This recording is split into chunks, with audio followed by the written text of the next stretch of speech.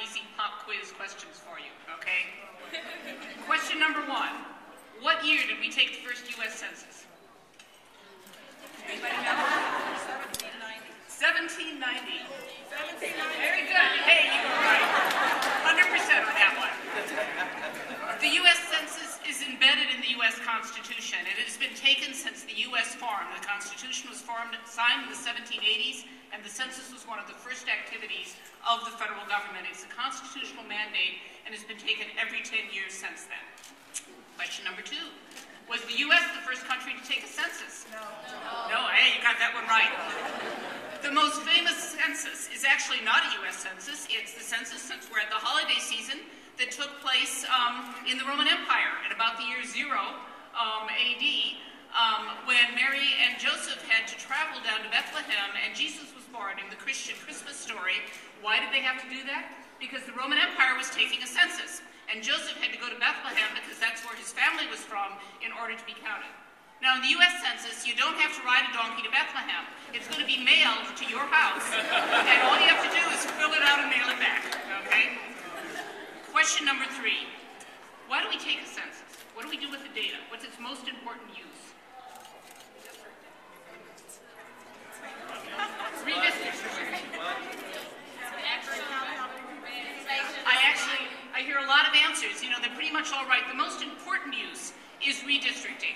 If you're going to be a democracy, you've got to know where people live and how many people there are, so you sort of know how you're doing in terms of distributing votes and distributing congressional seats. So we distribute the seats in the House of Representatives based on the census. States use the data to establish state legislative districts, and in addition to that, it gets used in all sorts of other ways. Over $400 billion in federal funds gets distributed because of the census. Okay, question number 4. If you are a citizen, do you have to fill out the census? Yes. All right, 100% on that one. Everybody counts, and we want to count everybody. We want to know the total population. We have to know the total population to know where to put schools, to know where to put hospitals. And this, again, has been true in every census since 1790. We count all residents of the United States. Last question. How many questions on the 2010 census? 10. All right. It's easy to remember. The 2010 census has 10 questions. And the classic statement here is 10 questions, 10 minutes. It's easy to fill out. The census is one of the cornerstones of American democracy, and it's one that is deeply important to all of us. Illinois was first counted in 1820. Chicago was first listed separately in 1840 when it hit the top 100 cities. It was, I think, the 94th largest city in 1840. Much has changed over the years, but the one thing that hasn't changed is the need for all people to be counted in order to maintain democratic representation. Census data are used by the private sector, by the public sector, in many, many different ways. And the census in schools, which we are launching and talking about today, is one piece of this, which tries to provide students information about the census, why it's important, how it's used, and why every voice has to count. The 2010 census questionnaires are going to be mailed in March with only 10 questions, 10 minutes to complete. It's easy, it's safe, it's important. And when that form arrives at your home next March, I hope everyone's going to fill it out. Thank you.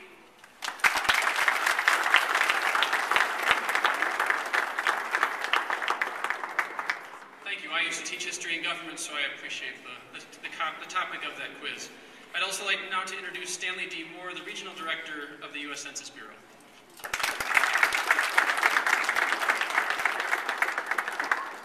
I'm so glad that all of you got those questions right. It was my job to train you.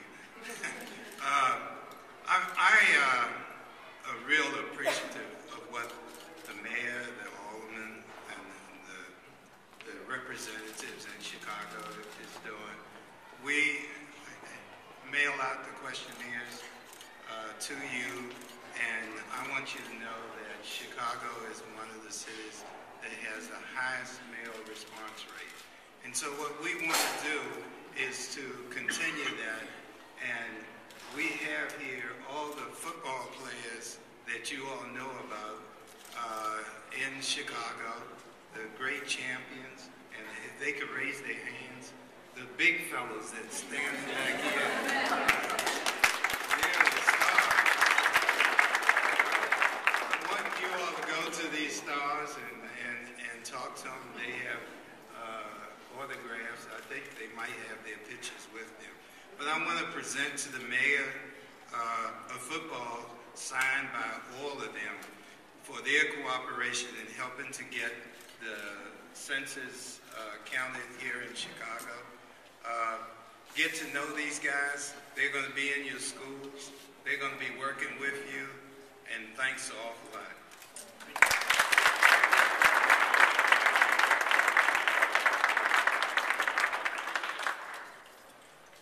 I'd now like to introduce Renee Jefferson Copeland, the Census and School Chief from the U.S. Census Bureau. Good morning. Thank you for having us. I am so excited to be here to see these beautiful young people. And for them, this will probably be the first census they remember.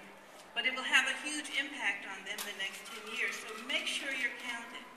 The Census in Schools program is a nationwide program that has the potential to reach 56 million kindergarten through 12th grade students in the United States, American Samoa, Guam, Northern Mariana Islands, the U.S. Virgin Islands, oh goodness, all the islands, and also the District of Columbia. You're in great company. The Census in Schools program is a program that features national standards-based lessons so that you can learn how civics, math reading, all relate to the census. But I have a really important reason why I want you to be excited about numbers in the Census Bureau. I really am ready to retire. And I need somebody to get excited about census data, to get excited about math reading and all of the things that go on with the census, and come on and let some of us old folks go home and sit down. So, anyway, it is a wonderful program. It's going out to 118,000 schools. As I said, the lessons are standards-based. All of the materials are available online at www.census.gov/schools. We are sending materials to every school in the United States, Puerto Rico, and all of the island areas. So please be a part of this. Talk to your families. Make sure that you're counted, because in the next 10 years, there will be changes that will be happening in your lives. Make sure that the babies are counted, too. I don't know why people tend to forget the babies. They're very noisy little critters. But we really need to know how many babies there are out there. So make sure they're counted. And again, get excited, get interested about being in this civic conversation. We are trying to create a portrait of America. And I want to make sure that you and your cousins, your nieces, everybody is in this portrait. What would a portrait be without our youngest members? Okay, so I'm Renee Jefferson Copeland. Come up and talk to me and enjoy Census in Schools. We've been working very hard, and I hope that you'll get excited about the census. Thank you.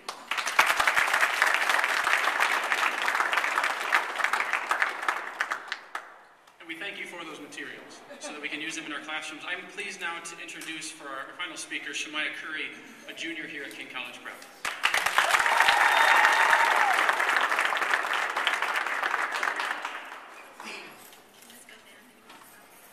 Hello, my name is Shemaiah Curry, and I'm a junior here at King College Prep. My favorite class is AP Language and Composition, which will help me in my career field of early childhood education and psychology. Our school is dedicated to developing the intellect and citizenship of our students. We believe in academic discipline, school integrity, and service to the community. King is grateful for the opportunity to host such an important event and be the voice for all CPS students. Dr. King is noted for advocating for the people to be allowed to participate in our democratic process. The 2010 census connects to the philosophy of Dr. King because it correlates to how many members represent Congress. Dr. King will be proud of the effort that is undertaken in Chicago by the census. It is a process being done by all ethnic groups, men and women, youth and elders. Dr. King traveled all across the world to give people the opportunity to vote.